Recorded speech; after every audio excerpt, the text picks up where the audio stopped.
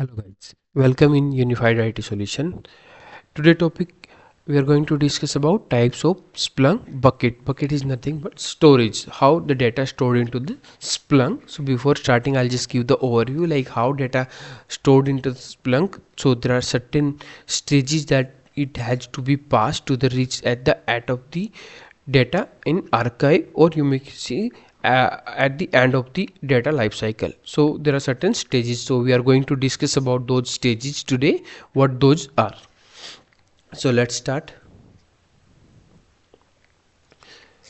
So first is hot bucket. Hot bucket store the most recent data that is actively being indexed. Index means that is coming into the Splunk. So first it will be go into the hot bucket. Okay, it is the first stage where data event is written. Okay, data is actively written to the hot bucket until the hot bucket reaches certain size or time threshold. After it is full, it is rolled over to become a next bucket, which is warm bucket. So how that rolled out happened into the hot bucket is happened over the size, yeah, over the time. Let's suppose I have decided that my data will be reside in hot bucket, either it meet the size of 10 GB, either it meets a retention of 15 days or 10 days. So whichever come first, data will move to the warm bucket from the hot bucket. So once the data in hot bucket, it will be very fast accessible, and then it will move to the warm bucket. So warm bucket and actively data only returned into the hot bucket, not any other bucket.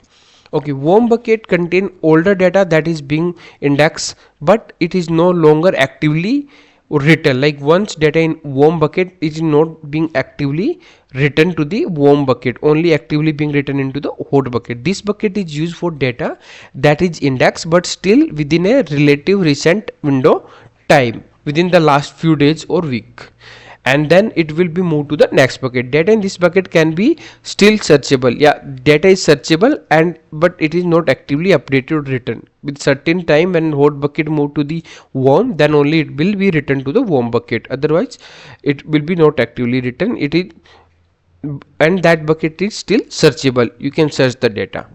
Now going to the further, next bucket is cold bucket. So from the cold bucket, sorry, from the warm bucket, data will be rolled into the cold bucket. Cold bucket contain data that is older and rarely accessed. Data is moved into the cold bucket once it's no longer actively required or returned to the.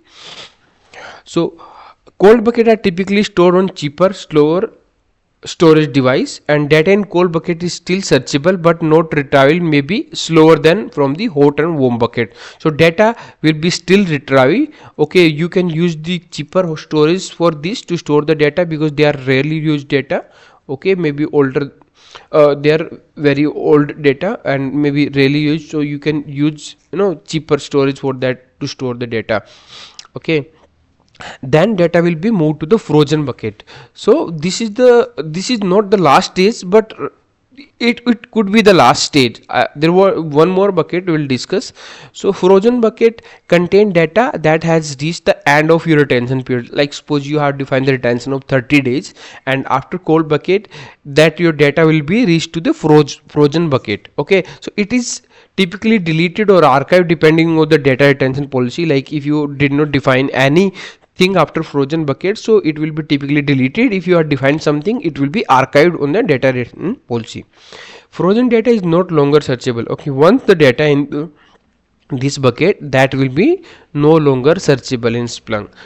So the data can be achieved outside of Splunk for backup or compliance purpose. Okay, that only can be uh, achieved outside of Splunk for backup or compliance purpose. Okay, from this bucket, but it's not for searchable. Let's suppose you want to make a backup, so you can do the backup from the frozen bucket, but you cannot search the data from the frozen bucket. Okay, so there's one more technique into okay, let's bucket life cycle. So as data, we'll take a overview what we discussed. So as data flow in Splunk, it begin from the hot bucket, and after reaching a specific threshold, it roll over the to become a warm bucket. After further time passes and based on configuration, it move into the cold bucket. Finally, as data become very old, it may be moved into frozen state where it is deleted or archived. Okay, delete means it will completely delete. Archive means you can take a backup of it. Okay, backup directory, sorry, bucket directory are stored in directory structure under the Splunk home. So Splunk home, basically if you look at the Linux, it will be, mostly opt Splunk. You can change it either, but where Splunk is installed. So opt Splunk varlib, and under Splunk folder you will find, like, by default this is a, but you can change it. Okay, it's not necessary that you'll keep on the same, but you can decide while creating an index, you can decide where it will be stored. Okay, so within this directory you will find subdirectory of each index, and within those index bucket directory called hot, warm, and db and frozen. So you will find those directory under that index directory. So under that path, under like Splunk home where lib, you will find number of list of index, like your name of your index with the directory, and under that directory you will find hot, warm, and cold, frozen bucket.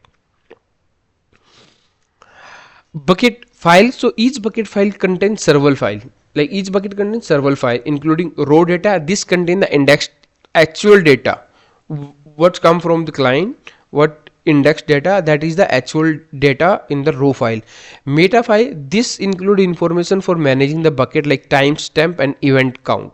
What is the timestamp of the file, or what is the latest timestamp of your data.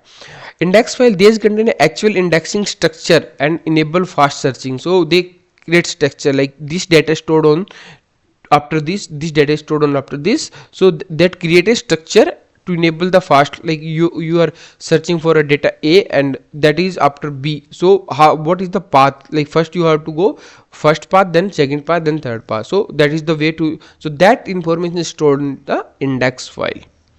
Managing bucket rotation, so bucket rotation can be configured through Splunk settings such as frozen time period in second, which determine when data is frozen, and max hot bucket, which control the maximum number of hot bucket. You can create the maximum number of hot bucket, or you can create the max size of hot bucket. So both condition. Also frozen time, when the data will be deleted after frozen. So when you configure this, make sure you have to specify in second. So you have to calculate, if it 24 hours, like 30 days, you have to calculate in second, and then you have to define. Okay, so apart from these three main bucket, hot, warm, and cold and frozen, 4 bucket, so there is a one more technique in Splunk where you can, after frozen you can move some data into the next bucket, which is called thaw bucket in Splunk. And that is very useful when you have, very critical data and you want it to restore in a future, you want to make it searchable in future. So you can move the data into the thaw bucket. So let's discuss about it. So thaw bucket is a special type of bucket in Splunk that is used when archive frozen data is restored for search purpose. Okay, when it is used when data has been frozen, archived, deleted according to your policy, but you later need that search data again, so you can restore it back in Splunk indexing system. This process is called thawing, and the bucket where the restored data is placed is referred to as a thaw bucket. So this data restoring from archive or from backup, that process is called thawing, and that bucket is called, where it is stored, it called thaw bucket. Where does it go? Thaw bucket are typically stored into, it is apart from, keep it in mind, so it is apart from the default path where index is created. So it will go into the where lib thaw.db directory. This is a separate directory from the regular hot, warm, and cold bucket, and is specially for data that has been retrieved from frozen storage. So what happened to thaw bucket? Once thaw bucket, the data in this bucket behave like any other data in Splunk. It is searchable and accessible, but it is typically read only. You cannot make a change. The data is not written back to the hot and warm, so data will not back to the hot and warm bucket. Once you are done with the search, the third data can be discarded or archived again. Yeah, so you have to manually do it.